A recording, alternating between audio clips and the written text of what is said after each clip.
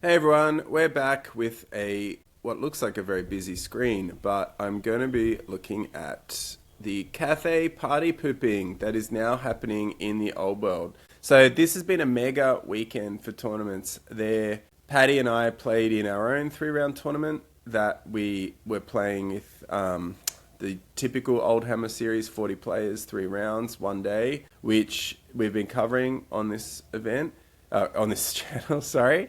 On top of that, there was the Grand Tournament in London, which typically, or last year when we covered it, Bretonia destroyed everybody and led to, are they broken, blah, blah, blah. And we find that the lists there are pretty full on in the format. And so great place to sort of check the status of what the limits are in playing individually, because also teams, the World Team Championship was on as well, I believe in Germany, I'm not sure. But Team England have won that, and while looking at the results in context is important for the Worlds, and we'll probably go into that in like how maybe best to analyze those in a couple of weeks. But beneath it, Cathay typically still was very influential in that event, with players doing very well, and whether or not that was because teams gave up on that matchup or not is a question. But at the same time, the showing was very obvious that Cathay is the pointy end of the format at the moment. And then I just wanted to look at, our results. Small tournament in Melbourne that supporters of the channel have covered about what you might be able to expect if Cathay hasn't arrived in your neck of the woods yet, as especially in Australia, it costs a fortune to buy these balloons. It might not be so true overseas, but that's where we're at the moment if you're playing Old Bob. So, to get to it, anyway, I want to thank Jeff at Pandemwargaming. If you're playing in events, he express posted me some counters in an emergency that helped me play my vampire counts on the weekend, wound counters, +1 weapon skill counters, those sorts of things. They were incredibly useful. You'll see them on the channel, particularly the video that I do next on the Black Coach lumbering reserve move. And just would get through to him. If it's not just the high quality terrain that you see, it's the quick response and any sort of gaming accessory that you can provide to make your games more enjoyable and more user friendly for what can often be clunky and procedural at events. On top of that, it was great to meet some of our financial supporters, not Matt, for example, and all the others, Gomo, Josh, Adam, who are in Ghost, Silver Dave at the Old Hammer series. If you are a financial supporter, you get a guaranteed spot at our event that we're running on November 30th, our team's 1,000 point event, which you'll see more information for shortly. But thank you again, guys. That sort of helps with the sound quality and visual production here today. So before we get too far into it, let's get too far into it. Let's start with the London Grand Tournament, because if you look at this list, so overnight, the first 3 spots were held by Cathay players. In the end, 3 out of the top 4 were Cathay. You've got a 4 and a draw win from Malik. Well done. 3 and 2 draws from the Mortuary Cult player in the middle. So it looks like 12, 17, 20, 23 battle points that was done. 23 for Pash as well. Not sure what the tiebreakers are. But Pash then, who's got his own channel, Pash Hammer, that you'll be able to, I imagine he'll go through this in great detail about his experiences choosing to play Cathay and playing against it. And then Brian Carmichael has Cathay 2 at 21 points. He had to play Cathay in the final round for the win and ends up losing. Beneath that, Pip Hamilton is also a player who gets around in the rankings, 3 in a draw with Vampires. But I want to focus on Cathay. If you come down the list, so there's 3 Cathay players out of 4. Keep going. Are there any other Cathay players at this event at all? So far, no. No. So that's the first 32 players. Let's go up the list from 64 up. Still can't find another Cathay player. Cathay, no. Doesn't look like it. So if you chose to play Cathay at this event, you made the top 4. So 3 Cathay players out of 64 players, 3 in the top 4, they were the top 3 overnight. Is this where the metagame is? Absolutely. There's no question Cathay are now number 1 in my mind. This is a big enough tournament, whether you like the idea that 5-round tournaments are the be-all and end-all or not. This is a 5-round tournament. If you're playing in this context, typically you're going to see the limits. After Nova, where Cathay took out the top spots there, it's come good again here too.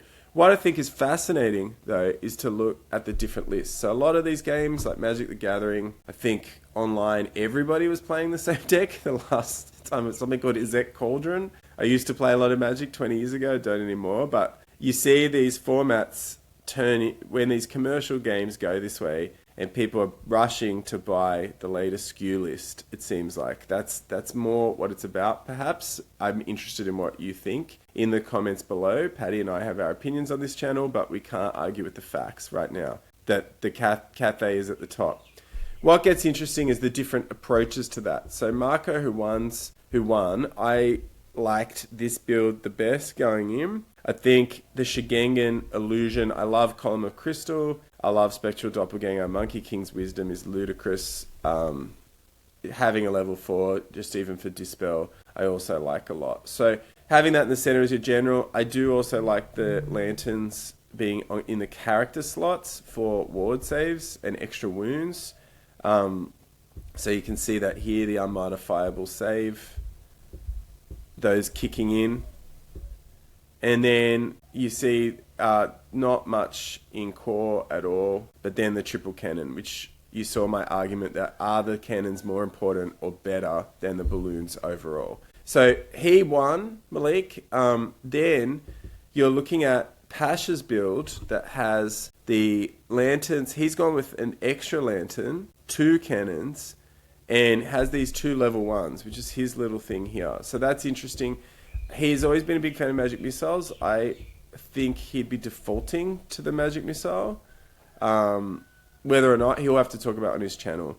I think throughout his time in the old world, he's liked these sorts of ranged attacks. I think they're important for some matchups as well in this format. And whether or not that +1 there, it's hard to see him just going for Hammerhand. And it might be something more to default to the native law of Law of the Heavens or Celestial or something that Cathay have access to.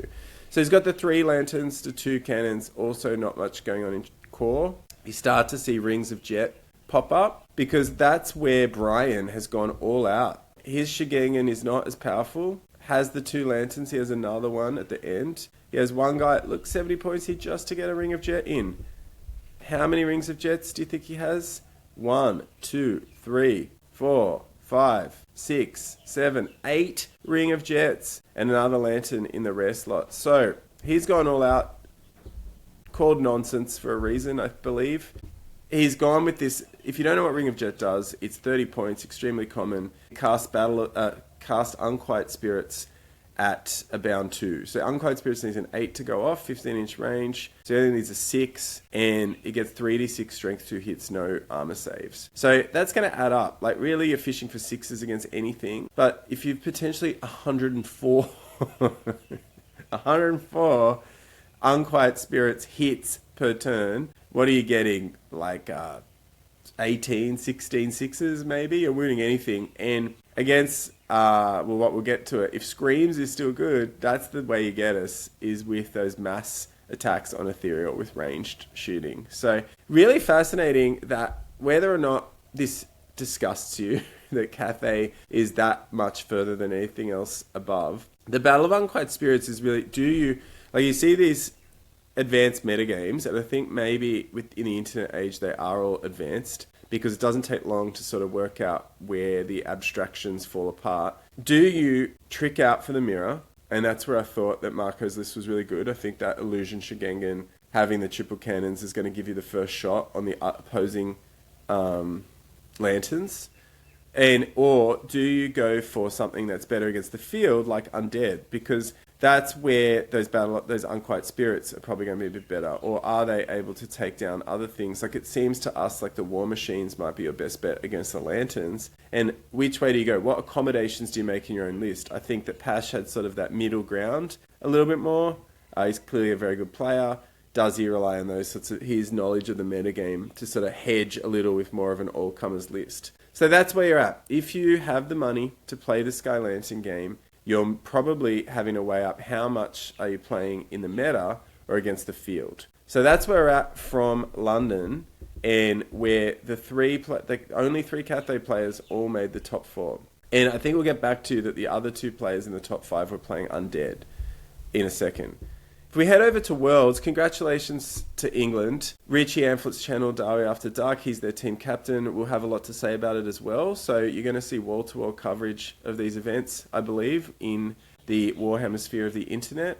But I think it's a great story. England, culturally, always the tragedy, especially in these European-based events, which mostly the World Championships is. That I think the USA are the only non-European team over there.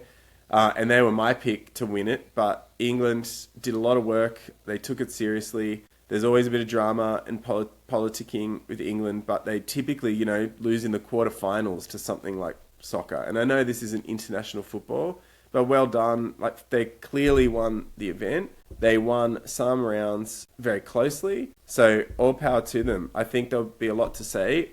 I think, though, you need to look at a lot of the world's results in context. With matchups, if you don't know how that works, captains usually come together and negotiate on who will play who, and there's a lot of strategy around that. The list construction is really about like how much you can give away. In the battle point system, you're trying to win the matchup, so you might be trying to win, like not lose badly. There are moral victories in that sense in some matchups, and your captain is trying to. So, you've got a roll, you might be trying to castle up or go for quick wins or things like that. So there is a lot to it. I'm sure Richie will cover it.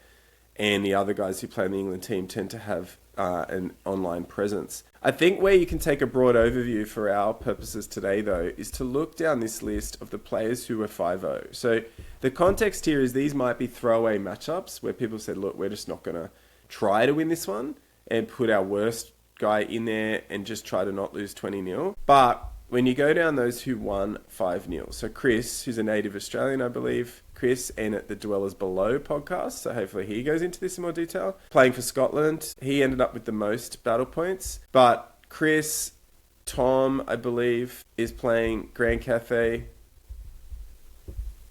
or Thomas, sorry, Grand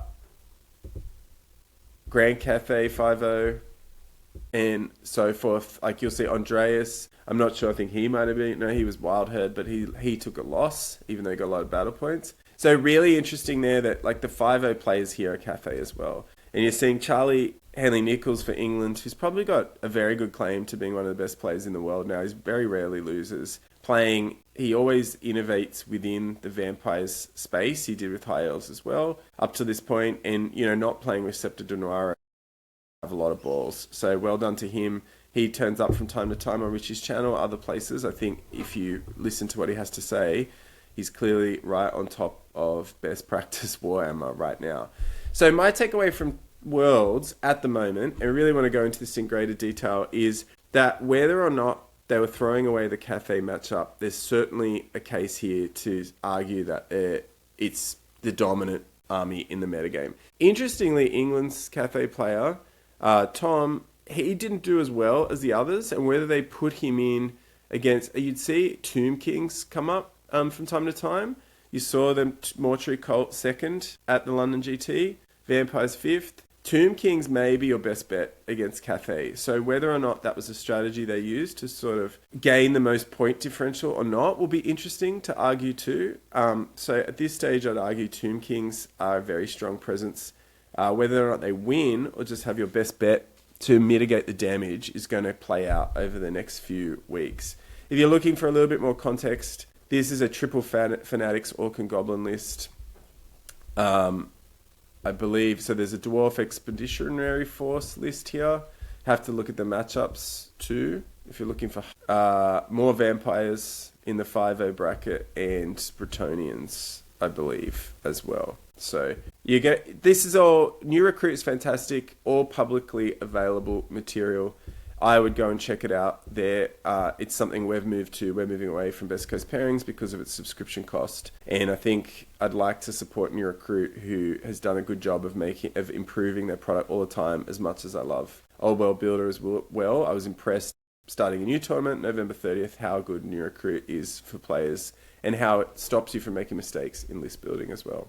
So moving on, we had our own 40-person 3-round tournament, and I was able to come third with Vampires, undefeated, but I didn't get the battle points. The Actar also playing vampires, more ethereal. Similar to the Danish vampire counts build that you'll see if you want to have a look there with Hex Wraiths, Khan Wraith, etc. in there. And Chris Shah, who's a Discorder for us, who after losing in the final of the warm-up tournament came back and crushed a field with his double dragon, double gigantic spawn warriors list. And 23 Forsaken, I've got to say, importantly, good all day, I imagine, for him. People said very tough to take down in the middle. So this is what it looks like with limited Cathay in the field still. Vampires look to be, to my mind, I thought they were top. We'll talk about that later on in the channel. I find them incredibly easy to play, incredibly forgiving to play, lots of S-tier features. But can they stand up to Cathay? I'm not sure anymore with Unquiet Spirits on tap.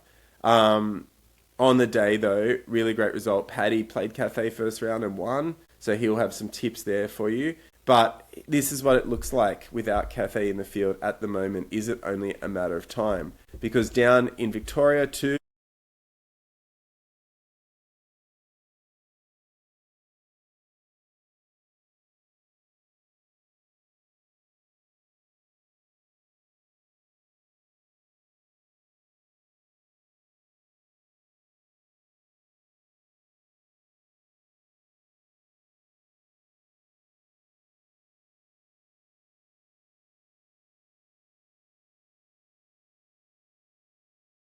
Aaron, who has to run by himself, but also the Knightly Temper Frontier Axe guy. And, you know, is this the power level that you need to be able to compete these days? But I think that when you look down the list, you know, we haven't seen Cathay arrive in Victoria either, in Australia. As I said at the start of the video, prohibitively expensive. So to get back, to sort of sum it all up, if you're just trying to play Warhammer at an event, what can you expect? Cathay is the number one army. I don't think this level of data is something that you can dispute anymore after Nova. It's here to stay. It's just about which build is the best. The Cathay counters themselves are really interesting. Do you go for the Shigangan Lord? Do you max out on cannons? Do you play Unquiet Spirits? You know, this with such a limited roster, no one's painted up that Mao Ying character yet.